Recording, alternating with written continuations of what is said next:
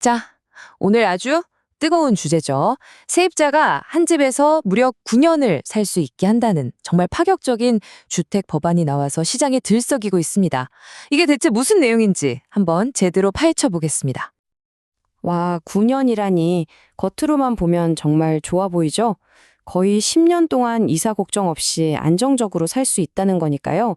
세입자 입장에서는 두 팔 벌려 환영할 만한 이야기처럼 들립니다. 하지만 말이죠. 과연 그게 전부일까요? 오늘 저희가 살펴볼 자료에서는요. 이 법안의 진짜 핵심은 9년이라는 숫자가 아니라고 말합니다. 바로 그 안에 교묘하게 숨어 있는 다른 네 가지 조항에 진짜 영향력이 있다는 거죠. 자, 첫 번째 조항입니다. 이름부터가 심상치 않죠? 바로 타임머신 조항입니다. 이게 뭐냐면요. 말 그대로 법적인 권리의 시간을 과거로 되돌려버리는 아주 기묘하고 강력한 조항입니다. 지금은 이렇습니다. 제가 오늘 전세 계약을 하면 제 법적 권리는 내일 0시부터 생겨요.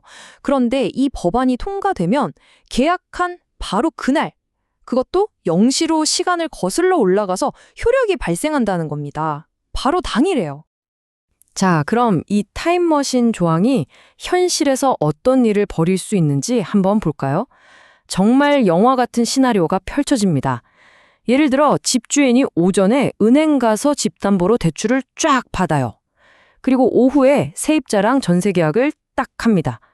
그럼 어떻게 될까요? 법적으로는 오후에 계약한 세입자의 권리가 오전에 대출해준 은행보다 더 빨라지는 겁니다. 왜냐? 세입자 권리는 그날 0시로 돌아가 버리니까요. 은행은 순식간에 2순위 채권자가 되는 거죠. 자, 은행 입장에서 한번 생각해 보세요. 이렇게 되면 대출을 해줄 수 있겠어요? 대출금이 언제 휴지 조각이 될지 모르는데 이 분석이 지적하는 건 바로 이겁니다. 은행들이 아예 임대를 놓을 만한 집에는 담보대출 자체를 꺼리게 될 거라는 거죠. 시장 전체가 그냥 꽁꽁 얼어붙을 수도 있다는 무서운 경고입니다. 자, 이게 끝이 아닙니다. 두 번째 조항은 더 골치 아플 수 있어요. 이번엔 집주인이 집을 팔려고 할 때 벌어지는 일입니다. 법안을 보면 집 팔 때 절차가 엄청 복잡해져요. 뭐 15일 전에 통지해야 하고 서면 동의도 받아야 하고. 근데 진짜 핵심은 이겁니다. 세입자한테 무려 3개월, 그러니까 90일 동안 이 집을 파는 것에 대해 이의를 제기할 시간을 준다는 거예요. 사실상 거부권이나 마찬가지죠. 이게 얼마나 답답한 상황인지 한번 상상해 보세요.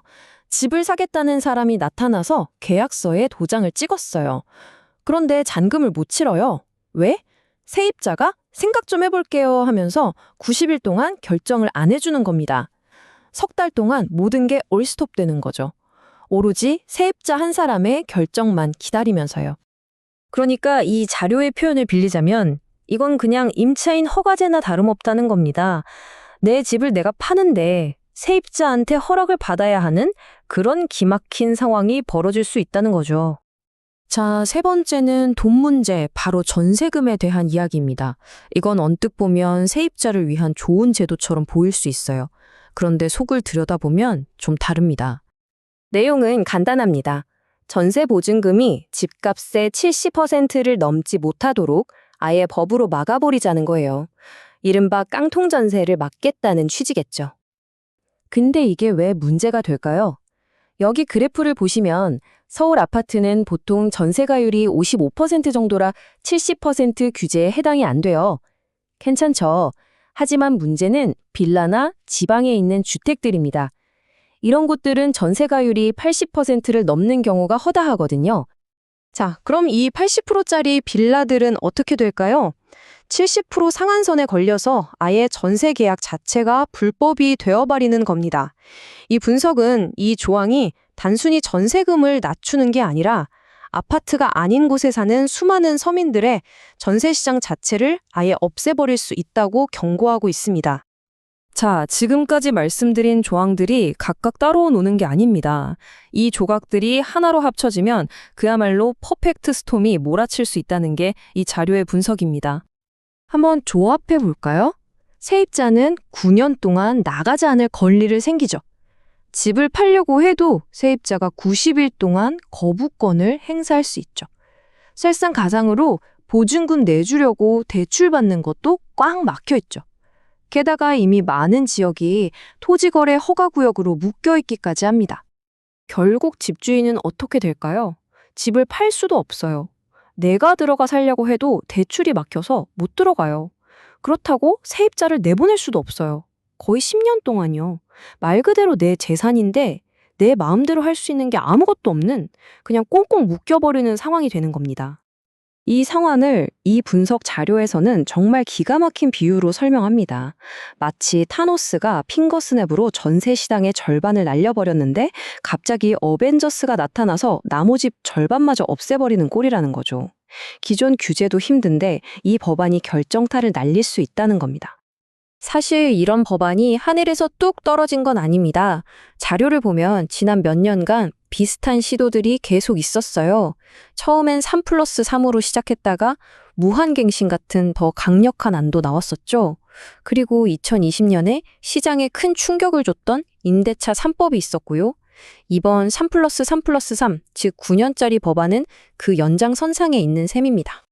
그런데 우리가 여기서 절대 잊지 말아야 할 게 있습니다. 바로 2020년의 경험이죠.